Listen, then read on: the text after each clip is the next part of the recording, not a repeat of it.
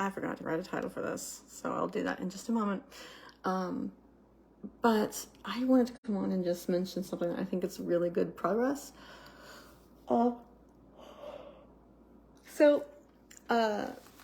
I've been working on making time for myself to be creative. Look at that. That's great. To make myself to have time to be more creative. And I haven't really done as much of it as I would want. But I have gone back to coloring. This coloring book that I really, really like. Let me see. So it's Mucha. And I'm just coloring, and I'm coloring in pictures. I'm shading. I love shading. Anyway, sorry, I didn't really that wasn't important. The point was not the coloring, but the fact that I was sitting there coloring, and it's one of those things where you're focusing, and it's almost a meditation, or it is a meditation, really. But I started noticing some thoughts coming in, and it was like, oh, that's interesting. But sitting and coloring and having, like, I haven't been taking the time to do creative work because I feel guilty when I'm doing it, because I feel like I should be doing something else. And so I felt like I started noticing my mind talk about it. And it was like, it didn't paint me in the best picture. It was just, my mind just started talking about how, I'm being lazy and I'm avoiding work and I shouldn't be doing this and this is frivolous and la la la la la. Just like tons and tons and tons of things that were just like aimed at getting me to not do what I was doing. And I'm finding the challenge there for me is like listening, where's my good judgment, and where's the words that are not good judgment, like the thoughts that are those negative thoughts that are going to get me in trouble. When it comes to stuff like this, sometimes it's obvious, right? Like, don't bend over with closed eyes because you might slam your face into the bathroom sink. Right? That's the sound of your good judgment. That's the voice of your good judgment. But when you're sitting here, like, trying to figure out a balance between two things, mainly, the work that I should be doing and taking time for myself.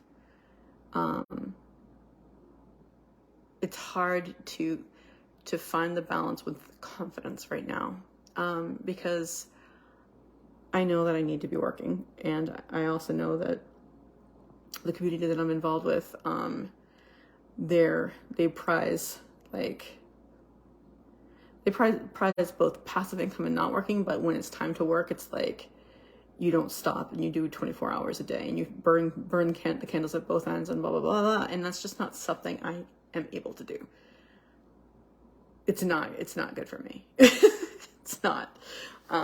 It stresses me out too much. So, Ed, I really, names on deeds. I really miss being creative, and I really want to get back into it. Anyway, it was nice because it was a meditation, and it was really great to hear those thoughts that were like, I was separate from them, which is the really good thing. Listening to the negative thoughts, and recognizing them for what they were, and noticing the emotions that accompanied them.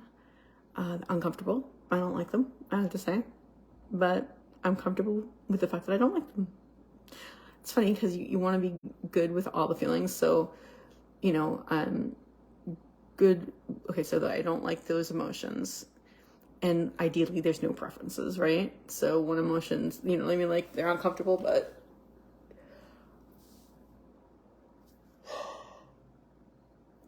they're your experience, and you have to appreciate them that way. On the other hand,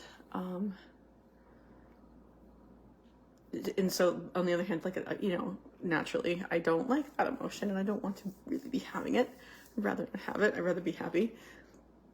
But even though the ideal is not to have a preference. I feel like this got squished somehow. Ideally, the ideal is not to have a preference. I also have to not judge myself for having the preference, right? So I have to be okay with the fact that I don't like that emotion. But then, of course, the thing is I don't like that emotion, right? So now I'm okay with the fact that I don't like that emotion. And I think I can stop it there. But those are the things that I thought were interesting and good to make note of, and show definite progress. And I hope that's useful to you guys. You know, maybe find a meditative thing to do like I was doing with coloring, and, you know, listen to the thoughts that come up in your head as you're doing it and see what they're saying, and step away from them and feel the feelings that come with them, but just watch what your mind starts talking to you about.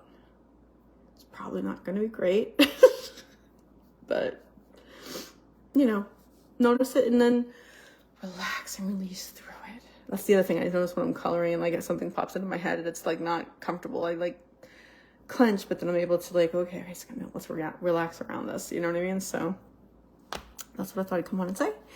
And I hope that you're having a great day. And I'm grateful for this ability to see what I've been thinking.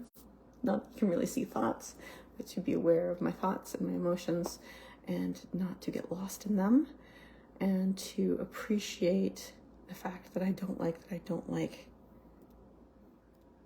emotion, because I don't like that emotion. But that's okay. And maybe as I learn to relax and release,